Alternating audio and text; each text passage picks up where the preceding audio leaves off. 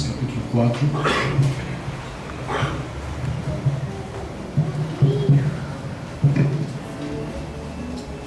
Efésios, capítulo 4.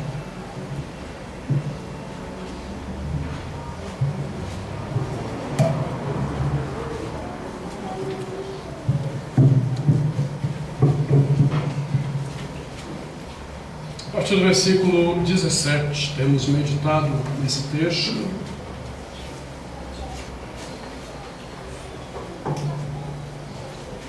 A palavra de Deus diz: isto, portanto, digo, e no Senhor testifico, que não mais andeis, como também andam os gentios, na vaidade dos seus próprios pensamentos, obscurecidos de entendimento, alheios à vida de Deus por causa da ignorância em que vivem, pela dureza do seu coração, os quais, tendo se tornado insensíveis, se entregaram à dissolução, para com avidez cometerem toda sorte de impureza.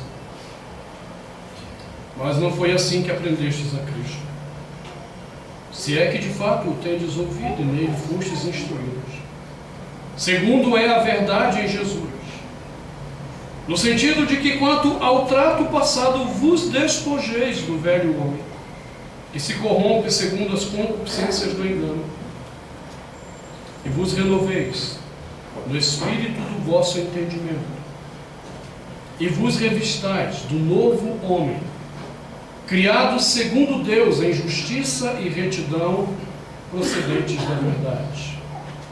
Por isso, deixando a mentira, fale cada um a verdade com seu próximo, porque somos membros uns dos outros. Irai-vos e não pequeis. Não se ponha o sol sobre a vossa ira, nem deis lugar ao diabo. Aquele que furtava, não furte mais.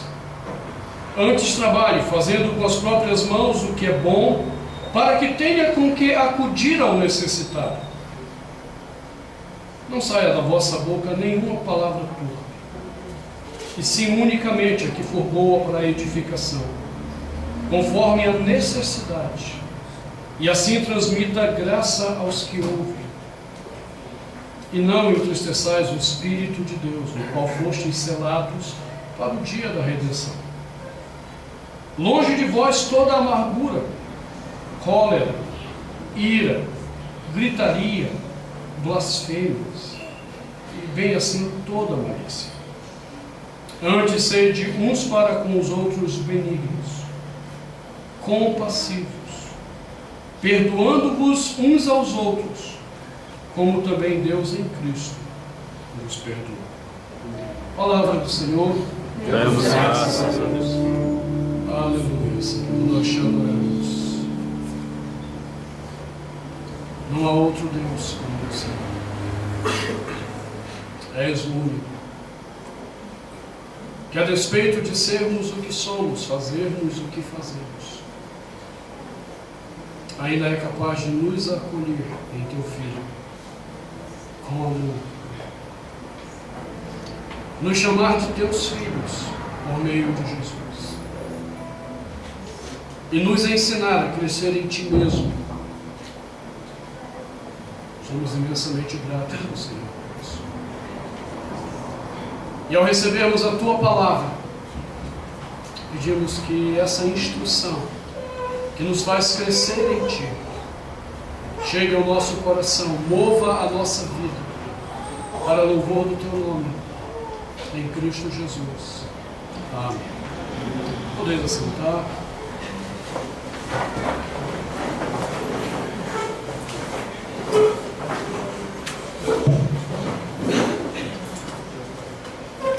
Quais são as exigências do discipulado da vida em Cristo Jesus? Como cresceremos no entendimento daquilo que Cristo quer de nossa vida, se não entendermos o chamado e as exigências do chamado de Jesus? Temos olhado para esse texto a partir do versículo 20, Quando depois de contrastar com a vida do gentio, Paulo começa a falar aquilo que deveria estar presente em nós. Cristãos que aprenderam de Cristo ou aprenderam a Cristo como seu conteúdo. Cristãos que passaram a ouvir dele Jesus. E cristãos que foram instruídos nele segundo a verdade. E então começamos a observar o que essa instrução sobre Cristo exige de nós. E a primeira exigência, observamos no versículo 22, vos despojeis do velho homem que se corrompe segundo as concupiscências do engano. Nossa última exposição, olhamos a segunda exigência que temos de decisões, de atitudes que temos que tomar se queremos crescer em Cristo. Versículo 23, e vos renoveis no espírito do vosso entendimento. Ninguém pode crescer em Cristo sem que a sua mente tenha sido renovada. Não existe crescimento em Jesus com um ciricutico, com arrepio. Não existe crescimento em Jesus com lágrimas escorrendo. Isso não são marcas de crescimento. Marcas de crescimento estão marcadas pela renovação da mente. Uma maneira de pensar de forma diferente no mundo que eu vivo. E uma maneira de pensar diferente o mundo em si que eu vivo. Então Paulo vem a terceira exigência para que haja crescimento em nós. Versículo 24 ele diz, e vos revistais do novo homem. Observe que Paulo começa essas exigências dizendo, primeiro você tem que se despojar. Você tem que ficar livre de qualquer roupagem que não identifique você com Deus. Qualquer roupagem que não identifique você com a graça de Cristo que você disse um dia ter conhecido. Você tem que tirar essa roupa velha. E no final ele vai dizer, muito bem, eu não quero você pelado. Eu não quero você despido ou nu. Porque o Evangelho não faz isso, ele não apenas tira de nós, ele coloca algo novo em nós. Então ele termina dizendo, vos revistais. Se a palavra grega que ele utilizou no versículo 22 era tirar uma roupa velha, no versículo 24 a palavra grega diz respeito a colocar uma roupa nova. E aqui que a gente começa a crescer em Jesus. Ok, eu já tirei. Eu já não quero mais esse mundo. Eu não quero mais pensar como as pessoas lá fora pensam. Eu não quero mais curtir as porcarias que o mundo lá fora curte. Mas não adianta eu tirar alguma coisa se eu não colocar algo novo. Senão a gente corre o risco de ficar que nem aquela história da possessão demoníaca. O Senhor vai lá, a pessoa está possuída do capeta, cheia dos espíritos malignos, do que não presta. Aí ele vai e tira. Expulsa-se da vida daquela pessoa, aquele demônio. Aí ele sai. Ele não tem como dizer não à autoridade de Cristo. Ele não tem como fazer birra. Ele sai. E porque ele não encontra outro lugar para ficar, ele diz, rapaz, eu já entrei naquele lá. Deixa eu ver como é que está lá. E ele olha, está tudo limpinho. Mas não tem nada no lugar. Não foi colocado nada no lugar. Foi tirado o que não prestava, mas não colocou mobília nova na casa. Foi tirada a roupa velha, mas também não tem uma roupa nova. Tem muito crente que está assim.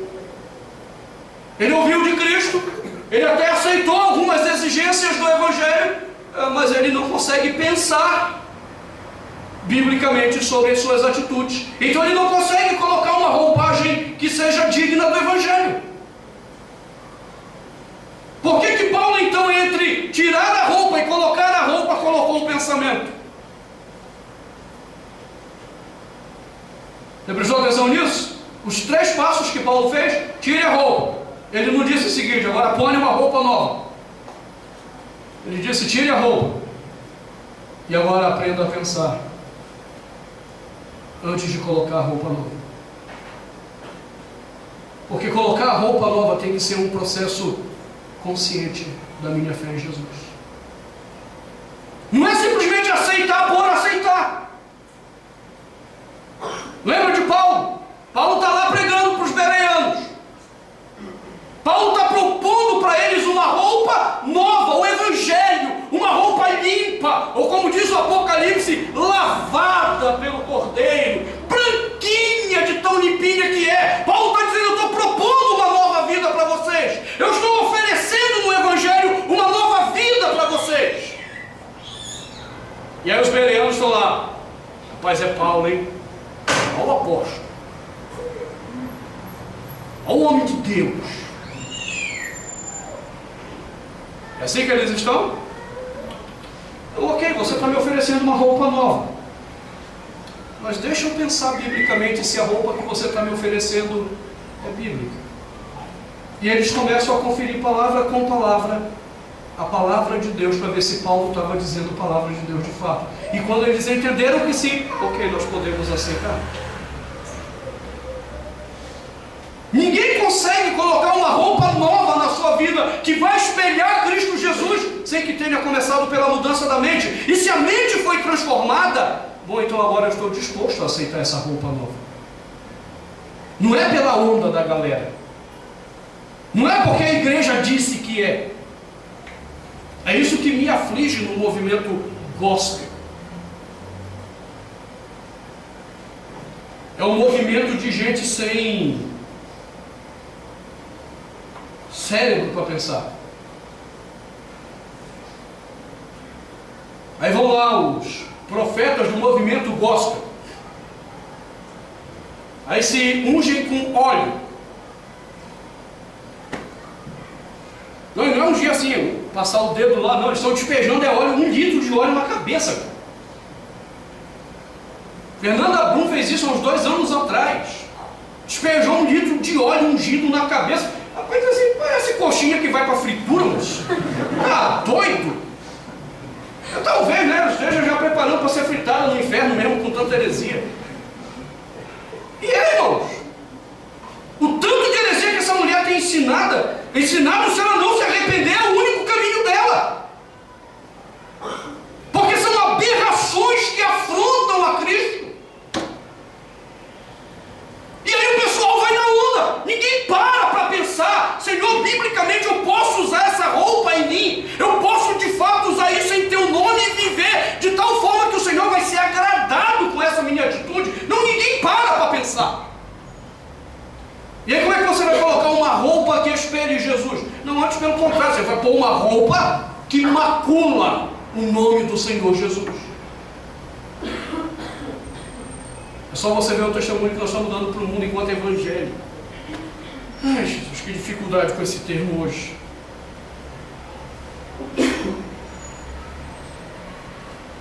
Eu já disse para vocês, quando me perguntam se eu sou evangélico, eu sou um protestante. Está sendo difícil me associar a esse pessoal que se diz evangélico. Eu tenho evitado, não, eu sou um protestante, eu voltei minha raiz. Quando eu era criança, perguntavam na escola: qual é a sua religião? Protestante. Então estou voltando a essa raiz. Eu sou protestante e estou protestando mesmo. E estou organizando um black bloc gospel contra o movimento gospel. Olha o testemunho evangélico que nós estamos dando. Quando a gente falava que era evangelho, década de 80, ainda década de 90, cara, era um respeito. As pessoas pensavam melhor que elas iam falar contigo. Elas até ficavam meio constrangidas de contar alguma piadinha imprópria. Foi nessa época, final da década de 80, que eu entrei no Banco do Brasil. E quando eles souberam que eu era protestante, havia até um receio. Não, esse rapaz aí a gente tem que tomar cuidado para contar algumas piadas perto dele. virava a cara. E a única vez que eu dei risada de uma piada imoral que eles contaram lá, eu fui para casa, eu já contei para vocês, o Espírito Santo me incomodou, disse que eu não estou rindo do quê? Não faz sentido eu estar rindo da imoralidade. Agora, amigo, se você disser que é pastor, por exemplo, na hora de comprar alguma coisa, tem lugar que nem vende para você. Quando nós fomos alugar a primeira casa da igreja em Goiânia, a proprietária no primeiro momento não queria alugar. Quando ela soube, no primeiro tudo bonito, maravilha, vamos fechar. Ok, vai alugar em nome de quem? Da igreja? Não, da igreja não alugo para a igreja. Porque ela tinha um imóvel, uma loja lá no centro de Goiânia, alguma coisa, alugou para a igreja, detonaram, deixaram um calote para ela. Olha o exemplo. Você está entendendo qual é a roupagem que a gente está usando? Em nome de não nos revestirmos de um novo homem. Seja franco, qual é o novo homem que a gente está vendo na igreja? Eu vou te falar, eu fui numa festa gospel de uma igreja, festa gospel dos estados. Eu acho que era festa dos estados gospel, acho que era isso. Foi a última vez que eu fui lá. Rapaz, eu cheguei lá. Tava um sonzão de um rock pesado. Isso já dói meus ouvidos. Eu fui aproveitar a parte boa, né? As comidas, obviamente. Aí fui lá, peguei um pratinho de vatapá. Ó, vatapá. Tô lá tapando. E aí o pessoal do palco, do rock pesadão aí, ó. Pesadão lá. Rapaz, eu parei para ouvir o que eles estavam cantando. Aí tinha um cara cabeludão, né? Meio doidão. E o pessoal com uma cabeleira lá. E a música dizia assim: eu sou nova criatura! E rapaz, é essa a roupa do evangelho. Isso é ser nova criatura. E o cara ficou cantando 5 minutos lá, eu sou nova criatura. Eu disse: Senhor amado, isso aqui não tem capacidade de pensar em uma letra melhor. Ele não consegue progredir a letra. Então veja bem, que roupa nós estamos usando? É a roupa do evangelho. Você tem certeza realmente que você trocou a roupa velha do mundo, com todas as suas imundícias, com toda a sua sujeira, e você passou a usar a roupa do evangelho em você? Você é de fato uma nova criatura, porque as pessoas olham para você e dizem assim: poxa, mudou de hábitos, hein, irmão? Eu posso falar isso de uma forma dupla na minha vida. Primeiro porque até na época do seminário eu me vestia que nem um Agostinho da Grande Família. Então meus colegas de seminário, quando me veem hoje, dizem: rapaz, você mudou de gosto, hein? Porque mudaram as roupas. Só para você entender, uma vez eu fui falar no encontro de jovens quando eu era seminarista. Eu coloquei uma calça social azul listrada de branco, com uma camisa vermelha daquela assim que reluzia. E eu achei que eu estava abafando. Quando eu vejo o Agostinho da Grande Família, eu lembro da minha época de seminário. Eu disse: caramba, como eu tinha mau gosto. Ok, mudou a minha roupa. Graças a Deus. Graças a minha mulher. Essa aí não está combinando. Mudou. Agora, quando as pessoas me veem, elas também conseguem ver que mudou a minha vida. Elas conseguem ver que algo em mim está mudando paulatinamente por causa da presença de Jesus em mim. As pessoas continuam olhando para você e dizendo: essa daí não tem jeito, esse daí não tem jeito mesmo. Porque entra ano, sai ano e continua a mesma pessoa, o coração não mudou, não espelha Cristo, não tem a roupa de Cristo nele. É por isso que Paulo está usando essa palavra, vos revistais, porque é algo que tem que ser visto. Você não pode ser o crente secreto, o agente secreto de Deus. Tem que ser visto. Não pode ser como o irmão que vai nas férias no cruzeiro, 3 meses no cruzeiro, e quando ele chega para testemunhar na igreja, Deus foi uma bênção a viagem. E acredite, durante 3 meses ninguém soube que eu era um crente. Ele acha que isso é uma bênção. Você está entendendo o problema? Revestir de uma roupagem nova significa que as pessoas têm que ver. Elas têm que olhar para nós. Agora, talvez a gente fuja de ser visto, porque nós tenhamos mais motivo para nos envergonharmos da forma como vivemos, do que nos alegrarmos em Deus. Eu estava achando que eu ia falar de se exaltar, né? Não, de pecador mesmo. Não, nos humilharmos e nos exaltarmos. Não, a gente nunca se exalta. A gente sempre se alegra em Deus, se as pessoas podem ver algo de diferente em nós. Nós sempre voltamos para o Senhor e apontamos para o Senhor. É a glória dele que nos interessa.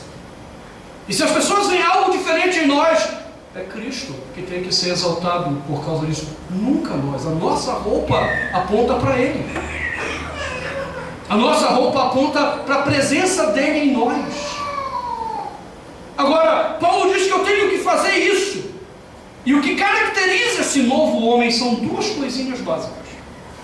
Observe que ele diz: e vos revistais do novo homem, criado segundo Deus. Então preste atenção nesse ponto. Você não vai vestir uma roupa nova se você não foi criado por Deus. Não é um esforço teu. É por isso que tem um bando de crente que não tem roupa nova mesmo, que pode até trocar a roupa. Não há mudança no coração. Ele até vai à igreja, mas ele não nasceu de Deus. Ele nasceu da sua religiosidade. Ele nasceu por temor de alguma coisa, mas ele não nasceu de Deus. Ele não nasceu de novo, ele não teve a experiência genuína de conversão. Ele é apenas um mero religioso. A história do bêbado que eu já contei para vocês, que foi parar no hospital com uma cirrose brava e o médico disse: ó, se tu não parar, tu morre, não tem mais jeito, você está no limite. E aí o cara ficou com medo da palavra do médico e decidiu mudar de vida. Então ele decidiu virar crente. Veja quanto novo nascimento tem isso. Não, eu vou virar crente. Olha que conversão linda. Aí ele vai numa igreja ver que todo mundo usa terno e gravata. Ele diz: opa, isso aqui é a roupa do crente. Aí ele comprou terno e gravata. Todo mundo usava uma Bíblia desse tamanho, tudo anotado, né? Lá Silas Malafaia, de estudo pentecostal, comprou desse tamanho a Bíblia. Aí ele vai para a igreja, agora ele acha que ele é crente. Aí um dia ele está saindo da escola dominical, meio-dia, o sol de agachar a mamona. Aí ele passa em frente ao bar com os amigos, onde ele costumava tomar umas e outras. Os amigos estão lá pegados numa cervejinha boa. Aí quando vê ele passando, né, com a Bíblia debaixo do braço, todo sério, aí os caras falam: ah, fulano, aqui! Ele: não, quero não. Aí pega aquela cerveja escorrendo aquele gelo assim. Aí o cara olha: não, quero não! Bora, rapaz! Aí ele pensa: quero não estou com vontade. Você percebeu o problema da conversão desse cara? Não mudou nada, ele só apenas está reprimindo desejos. Ele não nasceu de Deus. Quando você nasce de Deus, você não reprime desejos. Você se envergonha dos desejos errados. Essa é a diferença. Eu não estou lá lutando. É porque eu quero. Não, esses desejos vêm. A minha natureza velha, ela ainda vai me fazer sentir desejos malignos e pecaminosos. Qual é a diferença? É que eu não estou reprimindo. Eu tenho vergonha de sentir essas coisas. Então eu chego ao Senhor em confissão. Eu entendo que é pecado até sentir aquilo. Porque há um novo homem em mim. Há uma nova criatura em mim, plantada por Deus em mim. Houve regeneração em mim. E então eu quero me arrepender de ter sentido aquilo. Porque eu nasci de novo. Quando eu vejo o crente lutando, reprimindo o pecado, eu digo: rapaz, provavelmente esse cara não é crente não. Crente não reprime. Ele se envergonha. Porque ele se envergonha, ele se humilha. E porque ele se humilha, ele está disposto à mortificação, como disse Paulo, da própria carne, para não pecar contra o seu Deus. Porque a razão não é não praticar o pecado, a razão é não envergonhar o seu Deus. Então Paulo diz: vocês são novas criaturas, têm uma nova roupagem, vocês são homens criados segundo Deus. Então há duas coisas que vocês têm que viver. Primeiro, vocês foram criados por Deus para viver em justiça.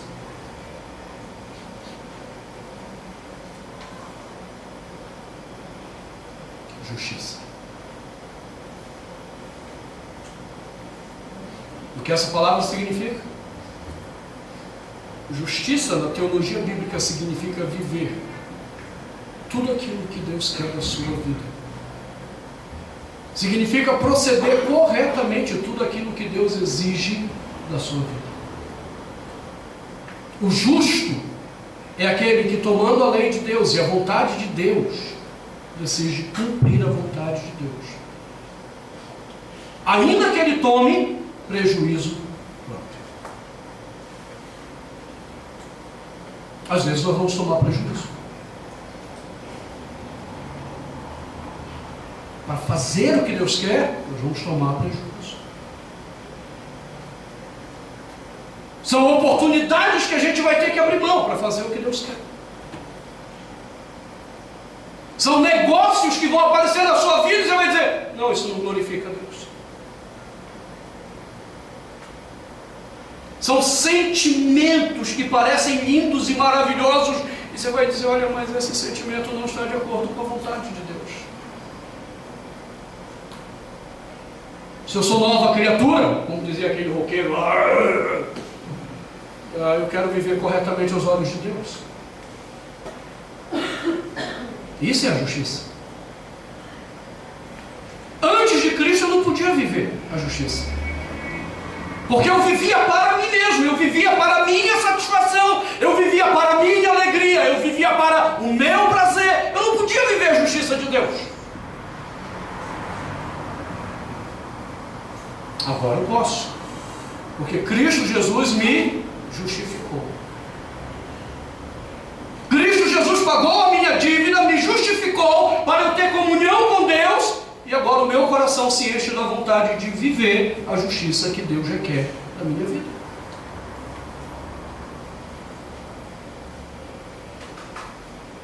Entendo, isso não vai ser fácil.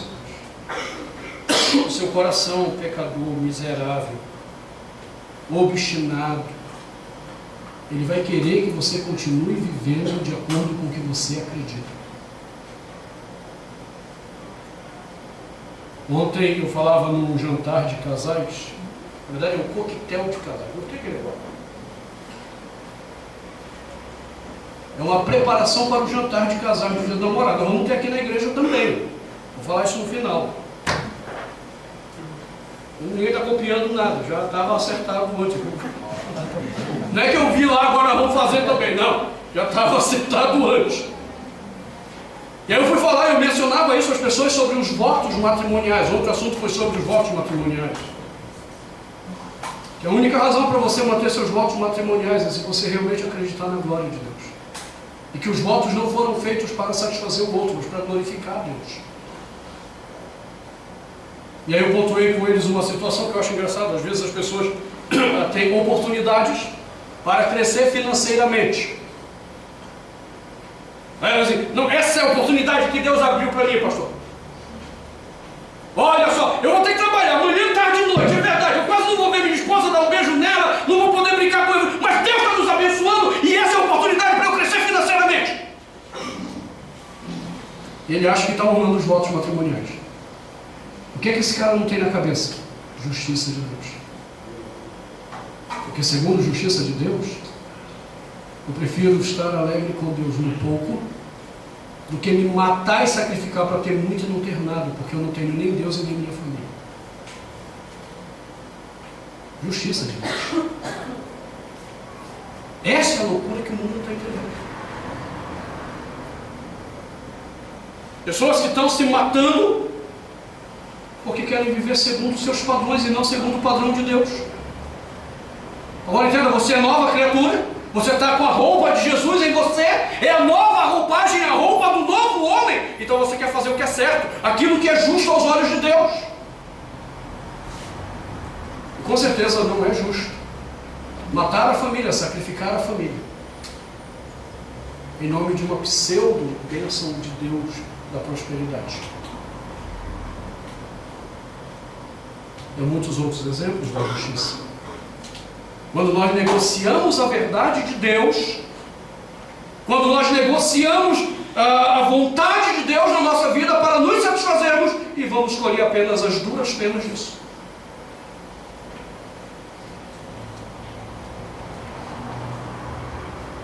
Você foi criado segundo Deus para viver em justiça.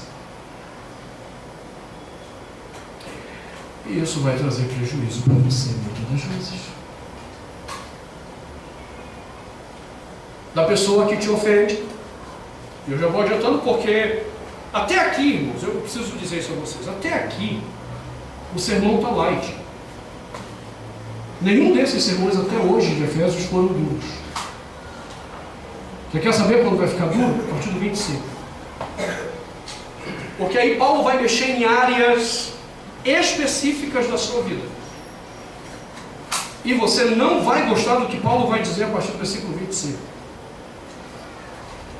É por isso que se a minha vida não estiver renovada naquilo que é justiça aos olhos de Deus, quando Ele começar a mexer com o que você tem que fazer, com o teu trabalho, com o teu dinheiro, com a tua palavra, o problema do teu coração, você vai dizer, não, isso não! Mexa com qualquer coisa, menos com isso aqui. Porque Paulo vai mexer em vários ídolos que nós temos alimentado no nosso coração a partir do versículo 25. Aí sim, o sermão passa a ser duro. Até hoje está light. Paulo está só preparando o terreno para dizer, você sabe por que eu vou te exigir isso a partir do 25? Porque eu acredito que você é uma nova criatura. E como nova criatura, uma pessoa que está disposta a obedecer e cumprir a justiça de Deus, e não a sua justiça.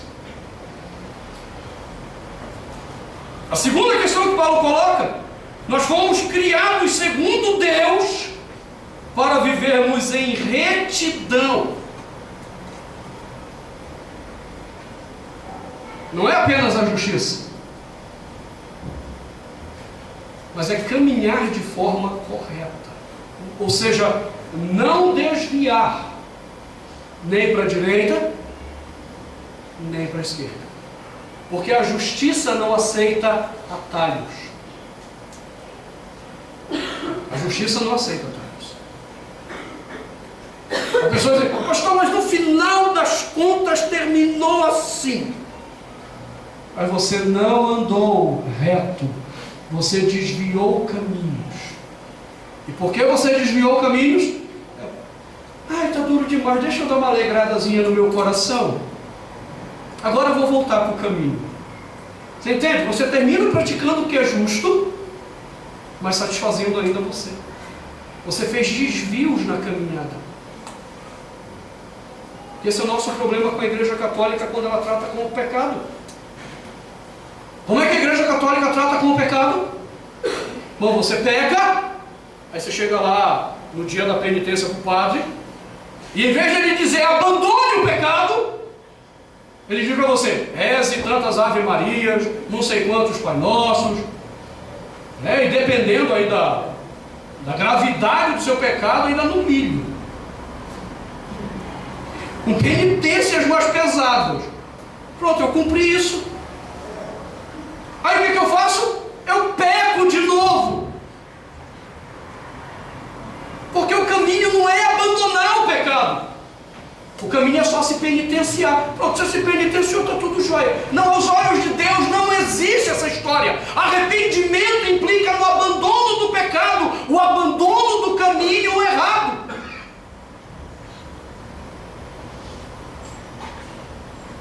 Se você não abandonou o pecado, aos olhos de Deus você não se arrependeu. Se você não se arrependeu, você continua debaixo da ira dele. Se você está debaixo da ira dele, o seu destino é o inferno. Porque no céu só há aqueles que amam a Deus e querem viver sua vontade. Aqueles que abandonaram o caminho errado, não tentaram manipular a regra. Pode dizer, não, acabamos chegando. Você me lembra aquelas corridas malucas que tinha em desenho animado? Lembra o Dick Vigarista? Olha o nome do personagem, Dick Vigarista. Ok, a corrida tem um traçado, ela tem que ser cumprida. E o cara não consegue, ele começa a dar voltas, ele começa a atalhar. E no final ele chega. Cumpriu o que Deus quer? Não, porque ele não andou reto, em retidão. Então não tem essa história, no final das contas deu na mesma. Não, não deu na mesma, você fez atalhos que Deus não queria.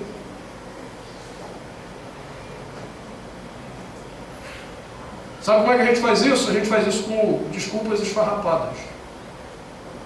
A gente se enche de desculpas esfarrapadas para apaziguar a nossa consciência que nos acusa. No caso lá do cara que trabalha manhã, tarde e noite, porque ele acha que é uma bênção de Deus, aí ele pega e compra presentes para os filhos caros. É para apaziguar a consciência. E a desculpa, não, eu sou um bom pai, eu pago uma escola de primeira para o meu filho. É apenas para apaziguar a consciência pecaminosa de alguém que não está andando corretamente como Deus quer.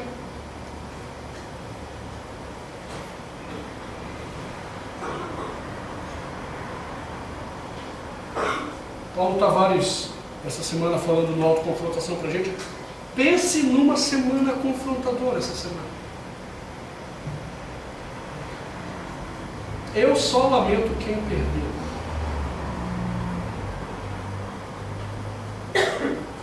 Ele mexeu em áreas da vida que eu vou te falar. Dureza. E aí ele estava falando de um caso de aconselhamento que ele ouviu, em que o marido adulterou. Aí a esposa decidiu perdoar, o conselheiro bíblico, uma desgraça. Não tem nada de bíblico. Então ele foi aconselhar, e o conselho dele era que a mulher se produzisse melhor. Fizesse uma maquiagem, umas roupas mais sensuais. Porque o marido estava sentindo falta disso. Desgraçado, esse conselheiro vai para o inferno. O problema é o coração da prostituição no coração daquele homem. O problema não é a mulher.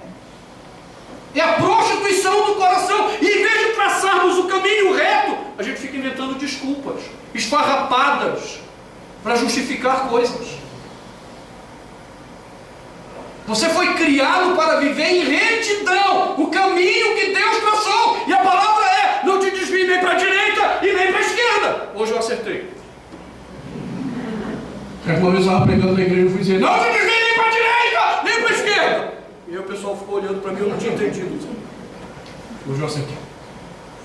Não foi isso que Deus disse para Josué? Josué, o caminho que você tem com o povo é muito grande, filho, é complicado. Mas eu quero que você entenda uma coisa, não te desvie. Nem para a direita, nem para a esquerda. Paulo Tavares explicou para a gente isso. Como é que isso é geograficamente lá em Israel. Muito interessante a questão de túnel. Esse é o caminho que Deus traçou. Para que você não se perca.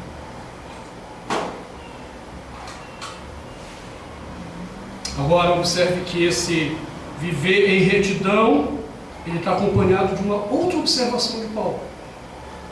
Você foi criado segundo Deus em justiça e retidão procedentes da verdade. O que norteia a justiça e a retidão? A verdade. Você sabe qual é um dos erros mais terríveis que eu ouço na boca de crente?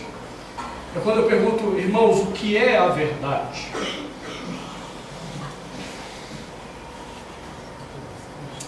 Para nós cristãos, a verdade não é um conceito.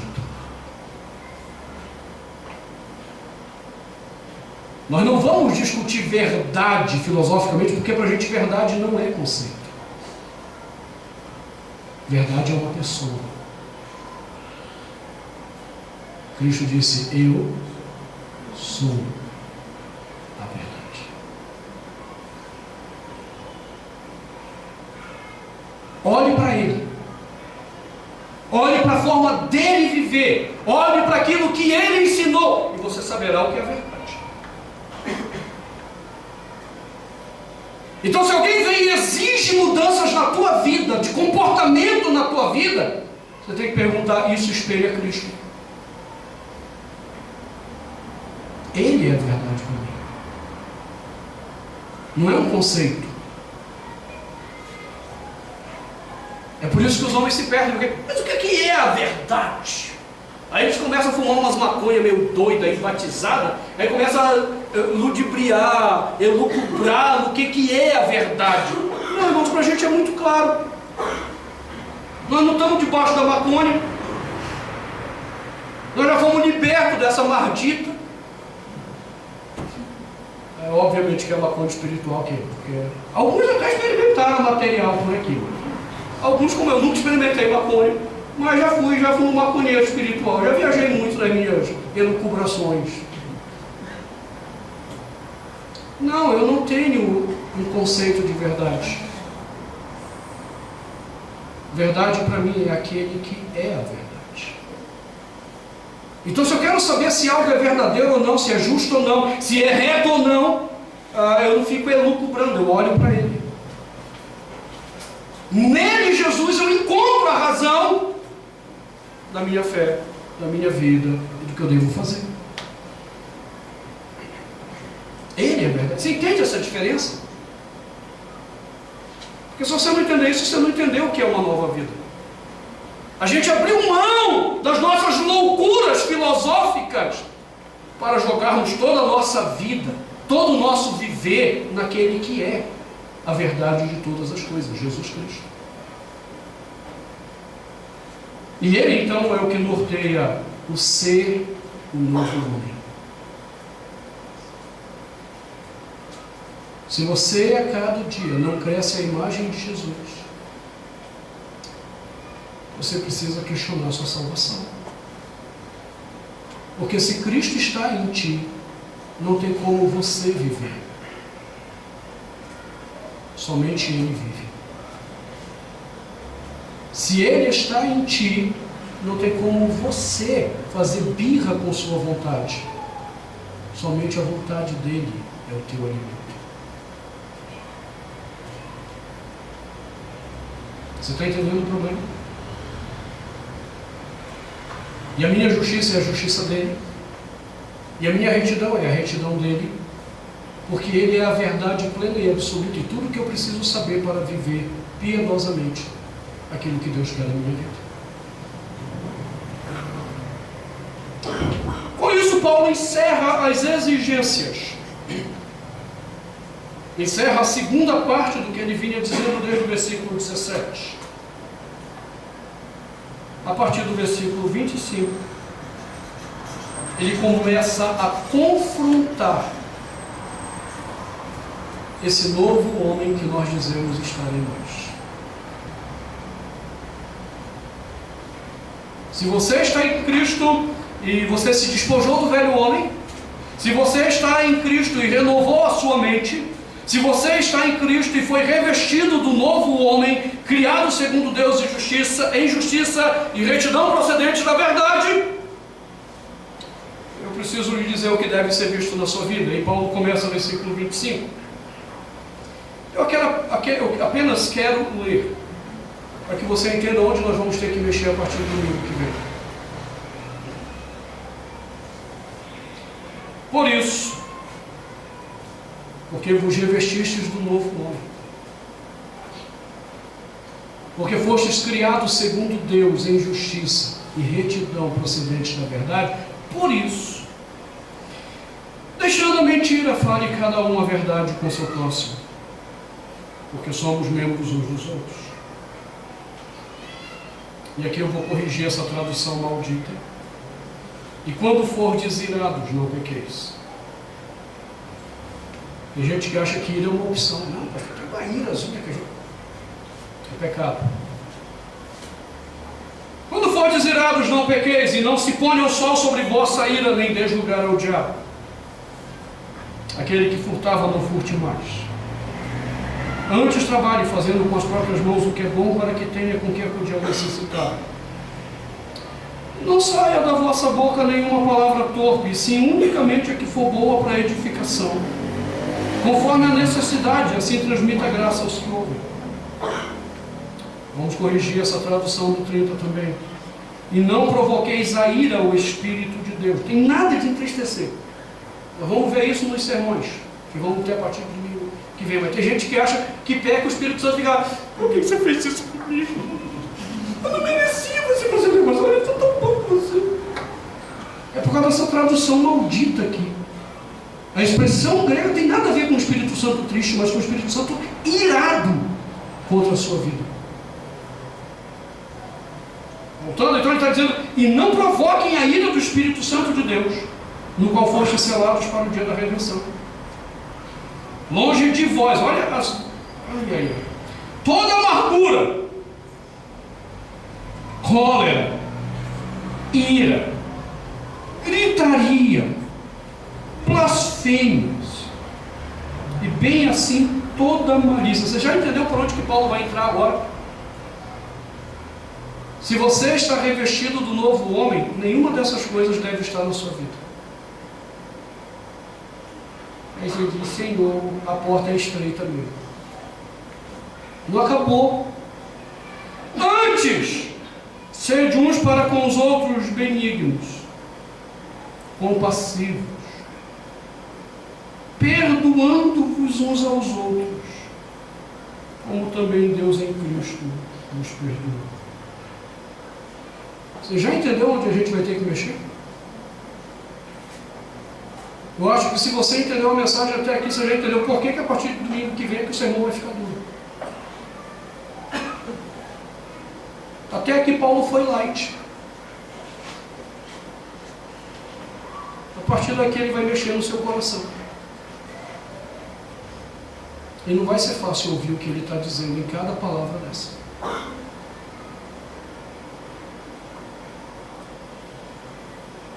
Por isso é bom que você examine se de fato você está em Cristo. Porque se você quer ter a sua vida moldada à imagem de Jesus, essa lista que ele fez de 25 a 32 vai ter que ser vista de forma nova dentro de você. Se Cristo está em você, todas essas coisas que ele mencionou têm que ser transformadas. E como nós vamos ver, é o que menos a igreja nos lembra que tem que transformar. Nós estamos muito cheios de nós mesmos aí. Eu quero terminar esse sermão convidando você a fazer um último exame antes de entrarmos nas questões do coração. Você tem certeza que você abandonou a roupa velha do pecado? Você abandonou a roupa velha da imundície que afronta Deus? Teve a sua mente moldada pela maneira de Cristo pensar, e você colocou uma roupa nova de identificação com a imagem de Jesus? Você realmente está identificado com Cristo? Porque se você não estiver identificado com Cristo, tudo que eu vou lhe dizer a partir de domingo que vem vai ser muito agressivo para você. Não posso fazer nada. Agora, se você está identificado com Cristo, tudo que eu lhe disser a partir do domingo que vem, que doa no seu coração, a sua reação vai ser: Senhor, muda isso em mim. Transforma isso no meu coração. Me faz parecer mais com teu Filho Jesus. Porque eu já não vivo para mim mesmo. Por isso é importante que você reflita isso hoje. Feche seus olhos. Curva sua cabeça.